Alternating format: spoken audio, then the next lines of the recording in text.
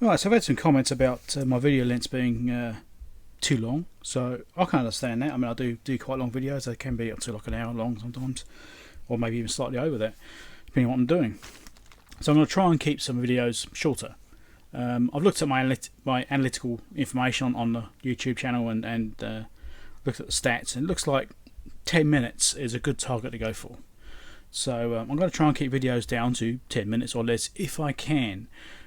Some cases I might be able to do that if I'm troubleshooting something, for example. I don't want to break it into 10 sections because that's just ridiculous. So there will be times where it's still going to be quite long, but I'm going to try and keep them down. So one of the things I've got to do is when I do mailbag stuff, I'm going to do less items more frequently. Normally I build a big stock until I've got like a big pile, then I'll do one video. It might take half an hour or so typically, right? Not this time. So now I'm going to go shorter videos. So I've got 4 items here.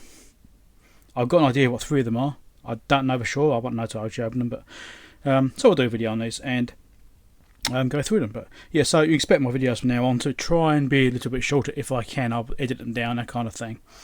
But mailbag's quite popular, so I don't want to strip that back too much. I don't want to do like one item at a time because that'd just be dumb. But anyway, so here's what we've got to do. So let's start with the small things and work our way down to the bigger ones. So let's get one knife. Sounds like chips. And indeed it is chips. What did I get? Oh yeah, okay. I've moved my camera up higher to try and get a better shot of the edge, but lighting's not as good. MC145 106p. Probably fake. These are from China. Yeah, I don't know if these are going to be any good until I actually try and use them, basically. I thought I'd buy a bunch of them. I've got 20 there. That should last me a little while if I use them at all. We'll see how we go. I mean, yeah, we'll find out. Okay, next thing.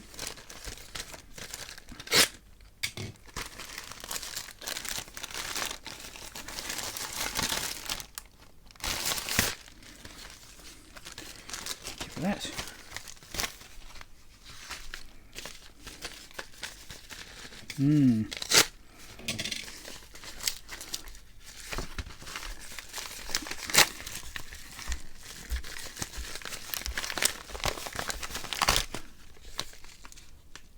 Right.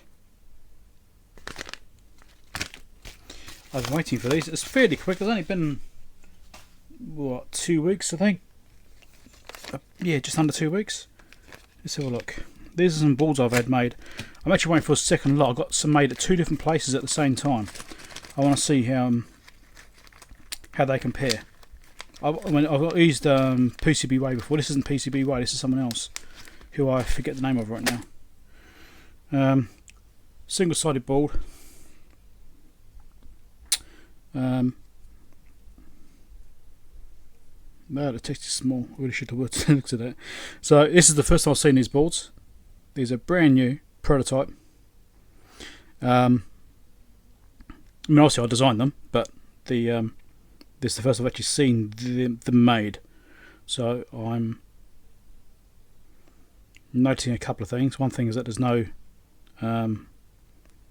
flooded ground plane on here, which I was expecting, but doesn't matter that much. This would have been nice. So yeah, silk screening's not too bad. It's fairly detailed. Trying to get this into shot. Bloody hell, you probably couldn't see it. I'm too busy looking at it myself. Let's look at it through the camera instead. There we go. Alright, so there we go. As it says, it's a 5K switch. So this is for some conversions I do, where I have to try and get a 5K offset, and I can't always do it with the POL swap. But sometimes you can do it by dragging the crystal around. So this is a little circuit I made.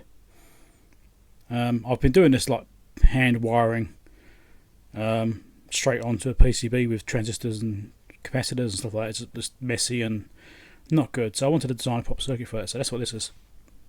Okay, so they're finally arrived, so I'll be able to get onto those soon. I'm still waiting for some of the parts to turn up, so I can't do much with that yet. Alright, next thing.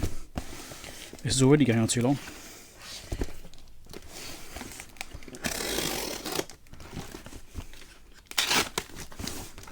Okay.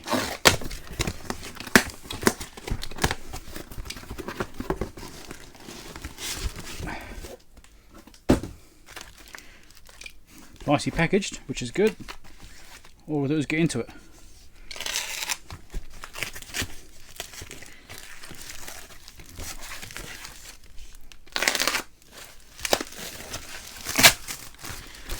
I think this camera's quite in the right place really for what I'm doing here, but doesn't quite show towards the front of the bench enough. I'm going to have to angle that slightly more, I think, but for the time being, that's all I do.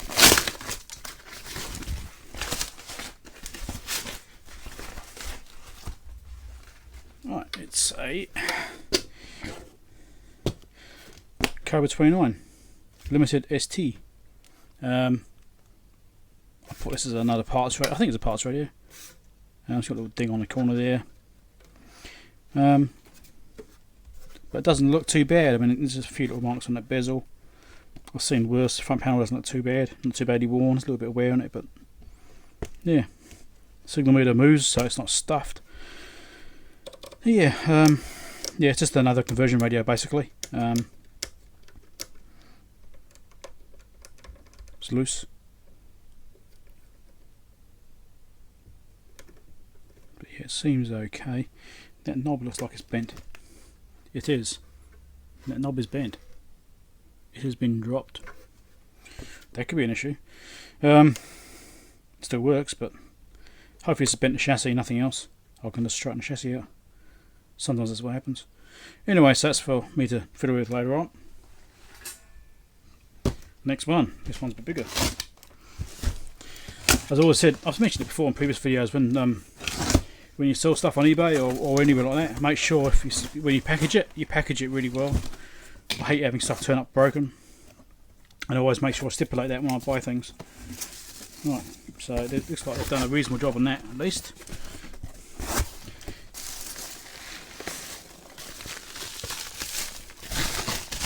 Okay, Cobra mic.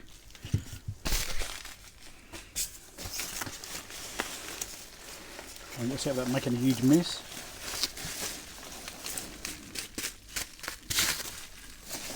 And that's your power cable with it.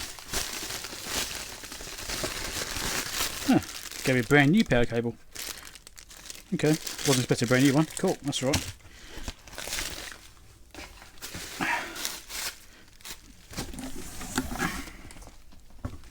Although I did buy some power cables off eBay. I think this one's okay, but I did buy some, and they were garbage. The actual fuse holder. I should actually get one out and show you. The fuse holder body was so weak it just broke when you tried to open it up. There's just tiny little bits of nylon there, and it just snapped them. Anyway, I need to find a supply of cheap ones, which are still reasonable quality. I mean, these Workman ones, they're alright. Workman's okay, but yeah, because if I get them, I'll get them to resell them. You see, so that's nice. Okay, looks alright. Cobra 148 Nightwatch ST. It's in really nice condition actually. It's not bad at all. Bezel's quite good.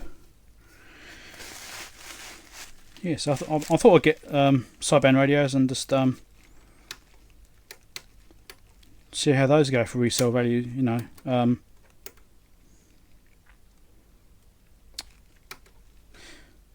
Yeah. Controls feel okay. No center detail and voice lock. That's interesting. Normally there is one. Maybe there isn't on these. Maybe it's been modded. Who knows? But signal meter moves, so that's okay. But yeah, it doesn't look bad. It looks like it's in quite good nick. It's quite good. There are some little bits on the bezel. I think that's mostly dirt actually. I know little dings, but it's not bad. So the idea of this is to modify it. Obviously, this is a later version of this one here. You know, that's the original, and this is the revised version.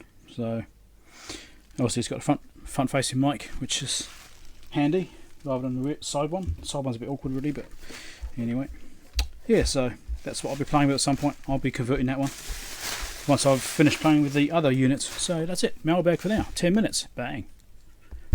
Get you next time. Don't forget to subscribe. Over there somewhere it'll be subscribing. thing. It's just over there. Because my stats are about 25% views are from subscribers, 75% from non-subscribers. So if you like stuff about CB or electronics or repairs and stuff like that, remember to subscribe, because that's what it's for. See more stuff. Give us a thumbs up too if you like it. That's the other important thing, because that helps the channel too. Have a good one.